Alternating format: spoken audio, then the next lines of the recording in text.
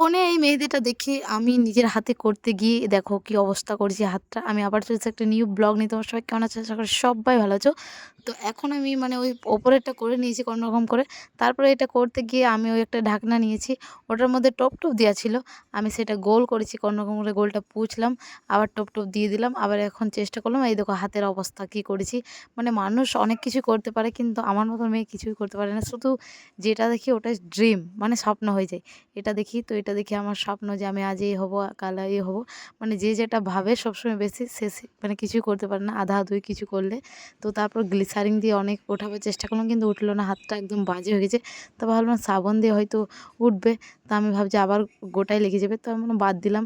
কোনোরকম করে একটা ওষুধ খেয়ে নিলাম কারণ মানে একটু বমি লাগছিলো ওই কারণে। মুখটা দেখতে পাচ্ছি একদম মানে কি বলবো? কিছু কাজের নেই আমি, সেই অবস্থা হয়েছে। তারপর ভাবলাম না মেহেদিটা যখন আমি লাগিয়েছি পূরণ করবই। আবার সাবান দিয়ে ভালোভাবে ধুয়ে কোনরকম করে হাতটা মানে পরিষ্কার করলাম। তারপর আমি আবার বসে পড়লাম মেহেদিটা মানে লাগাবার উদ্দেশ্য। কিন্তু সাকসেসফুল হলাম না। কারণ একটাই, যে সবসময় মানে আধাআধুরি কাজ করে সে কখনোই সাকসেসফুল হয় না। যেমন আমি সবকিছু আধাআধুরি করি, সাকসেসফুল আজও হয়নি আর মনে হয় হবও না।